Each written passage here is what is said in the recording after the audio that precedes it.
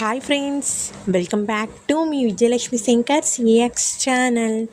ఈరోజు మన ఛానల్లోనండి వేడి వేడిగా కారం కారంగా కరకరలాడే ఉల్లిపాయ పకోడీ అండి. చాలా బాగుంటుందండి. ఇది ఇష్టం లేని వాళ్ళంటూ ఉండరండి. చాలా టేస్టీగా ఉంటుంది. ఒకసారి ట్రై చేసి చూడండి మీరు కూడా. దీనికి ఒక ఉల్లిపాయలండి, నేను ఒక 2 కప్పులు ఉల్లిపాయలు తీసుకున్నాను.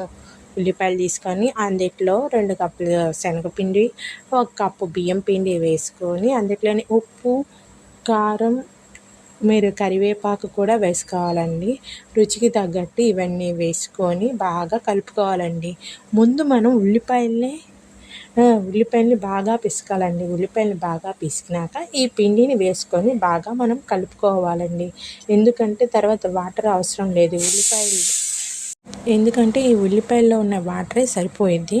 మనం ఇంకా అందుకని ముందుగా ఉల్లిపాయలు గట్టిగా పిసికి ఉప్పు కారం వేసి ఆ తర్వాత ఈ పిండి అంతా వేసుకొని కలుపుకోవాలండి. ఈ విధంగా మనం కొంచెం కొంచెం వాటర్ పోసుకొని మరీ గట్టిగా కలుపుకోవాలండి. మరీ మెత్తగా కలుపుకోకూడదు, ఆయిల్ ఎక్కువ లాగిద్ది.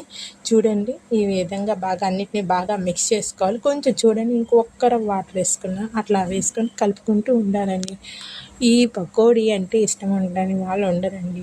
వర్షాకాలంలో వేడివేడిగా తినాలన్నా, స్నాక్స్గా తినాలన్నా కానీ 5 మినిట్స్లో తొందరగా అయిపోయే రెసిపీ ఇదొక్కటే అండి. చాలా బాగుంటుందండి ఈ పకోడీ, ఉల్లిపాయ పకోడీ. ఒకసారి మీరు కూడా ట్రై చేసి చూడండి. చాలా సింపుల్గా చెప్తున్నానండి. చూడండి, పిండిని ఈ విధంగా మనం కలుపుకోవాలి. చూడండి, ఇట్లా గట్టిగా కలుపుకోవాలి పిండిని అయితే. చూసారుగా, నేనైతే ఇట్లానే గట్టి కలిపిన ఒక చిన్న బాండీ తీసుకున్నాను. అందులో ఆయిల్ వేసుకున్నాను. ఆయిల్ బాగా వేడవ్వాలండి.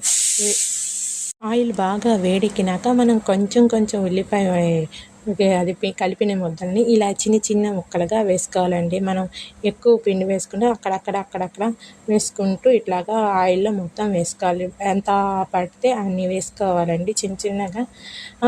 మీకు ఐడియా వస్తుంది కదా. చూడండి, ఈ విధంగా వేసుకోవాలి. ఎన్ని పడితే అన్నీ వేసుకోవాలండి. పకోడీలు చాలా బాగుంటుందండి.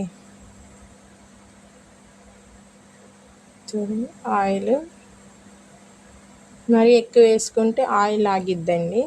అందుకని కొంచెం వాటర్ వేసుకొని ఈ విధంగా గట్టిగా కలుపుకోవాలి. ఉల్లిపాయలు ఎక్కువ వేసుకుంటే చాలా టేస్టీగా ఉంటుందండి. అందుకే దీన్ని ఉల్లిపాయ పకోడీ అంటారు. కొంచెం ఫ్రై అయిపోయినాక మనం అటు ఇటు కలుపుకోవాలండి. ఇలా కలుపుకొని చూడండి, ఫ్రై అయిపోయిందిగా. 2 వైపులా అలా కలుపుకుంటూ ఫ్రై అయిపోయినాక కొంచెం మీకు ఐడియా వస్తుంది కాబట్టి కొంచెం గోల్డెన్ కలర్లో వచ్చినాక తీసేసుకోవాలండి.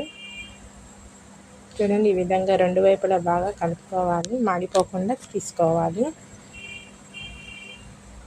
పిల్లలకి చాలా ఇష్టంగా ఉంటుందండి. స్నాక్స్ రూపంలో పెట్టుకోవచ్చు. దీన్ని కర్రీగా కూడా చేస్తారండి. చాలా బాగుంటుంది. వేడివేడిగా తింటే ఇంకా సూపర్ ఉంటుంది. వర్షాకాలంలో, చలికాలంలో ఎక్కువగా దీన్ని వాడతారండి.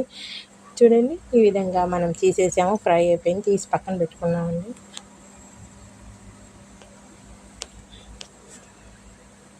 మనం సర్వింగ్ బౌల్లో తీసుకొని సర్వ్ చేసేసుకుంటే రెడీ అయిపోయినట్టేనండి. మీరు కనుక ఫస్ట్ టైం కనుక మీరు నా ఛానల్ని చూస్తున్నట్లయితే ప్లీజ్ నా ఛానల్ని సబ్స్క్రైబ్ చేసుకోండి. మరిన్ని వీడియోస్ కోసం నా ఛానల్ని like and share and comment చేయండి. Thanks for watching my channel.